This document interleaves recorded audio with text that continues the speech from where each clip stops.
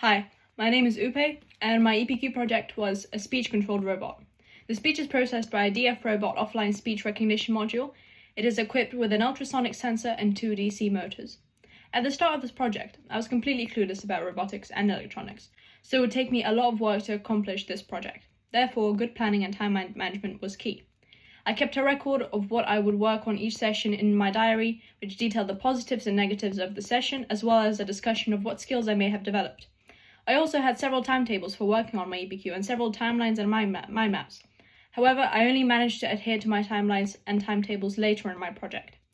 Regarding planning, however, around midway through my project, I started experimenting with different planning and organizational strategies, out of which I found a simple to-do list to be most helpful. It's also highly developed my organizational skills over the year. Due to my complete lack of knowledge and proficiency of robotics and electronics, I took lots of steps to deepen my understanding of the topic. I did lots of research, secondary and primary, using several engineering websites, company product documentation pages, and YouTube videos. However, the biggest step I took was starting to visit the school's robotics team, hoping to have easy access to any experts who could answer any questions and teach me any skills.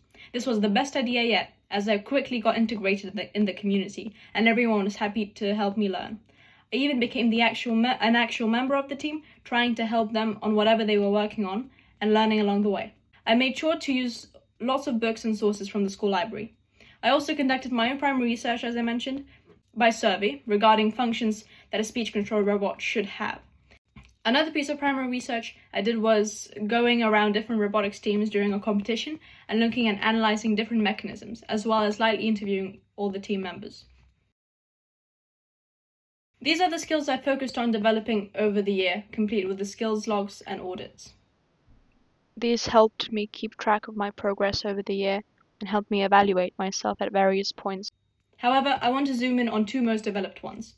By the end of the year, I wanted to have a skill set and knowledge to come up with ideas and solutions to any problems regarding electronics, which I'm happy to say that I achieved. Where I think it showed that I actually achieved my goal of having the knowledge and expertise to be creative with my electronics was when I started making my own mini projects. I developed the skill through frequently practicing and using and wiring electronics from my starter kit. Retreat. Go forward. Retreat. Using YouTube tutorials. Frequently asking questions about anything I'm unsure about of my robotics team. As I started this project, I was quite unfamiliar with what networking even was. I hadn't consciously practiced it either. However, during the project, I vastly improved my networking skills by visiting spaces that could potentially or 100% have people of similar interests. For example, I started visiting the school robotics team. I visited several local electronics shops. I went to electronics-related events such as the ARM Work Experience Day. Through some of the robotics members, I got to know an alumnus who I am in touch with, as they did a similar EPQ, and they answered some helpful questions. All this activity really fostered my networking skills, and I really think I developed as much of my networking skills I could have over the year. I encountered several problems during the making of this robot. At the start, I needed quite a lot of help to overcome these problems. However, by the end, I managed to overcome them very independently. Keeping a problems and solutions table in my project helped me see how much progress I have made and refer back to any solutions to any problems that may reoccur. At the start of the project, I was quite scattered, unfocused, and unsure what my next steps regarding my research topics would be. I did not know where to start. My organization, electronics, programming skills were all lacking. By November, I had settled in enough to have my next steps somewhat laid out. I had come up with a way to not have trouble coming up with research topics anymore, and the process of EPQ somewhat was realized. By February, I took some more time to evaluate my progress. I was much more on track and in control, even though I hadn't even had a chassis to build my robot on. I had a clear idea of my next steps, however. I started working with electronics more. Turn on the light. Okay. Getting ahead of some important issues regarding connecting my Raspberry Pi Pico to my laptop. Overall, I noticed my biggest weakness was probably lack of organization in this project.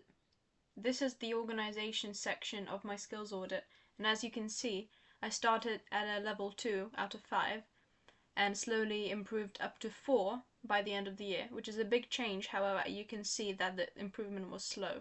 However, I also had very prominent strengths, such as independent learning and networking, as I talked about in the skills section.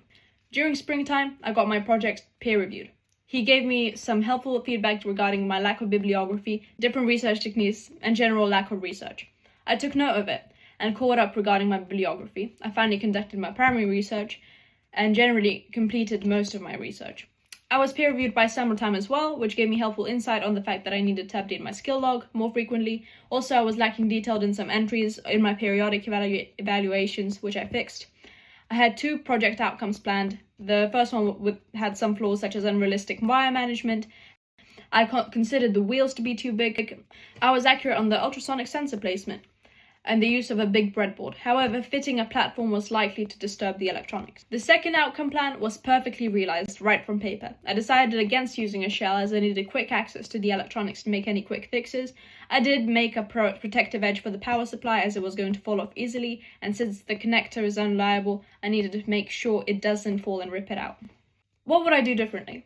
I would probably update my diary immediately, or at least note down what I did during a session so I would have a reference point to build on whenever I want to catch up on my diary.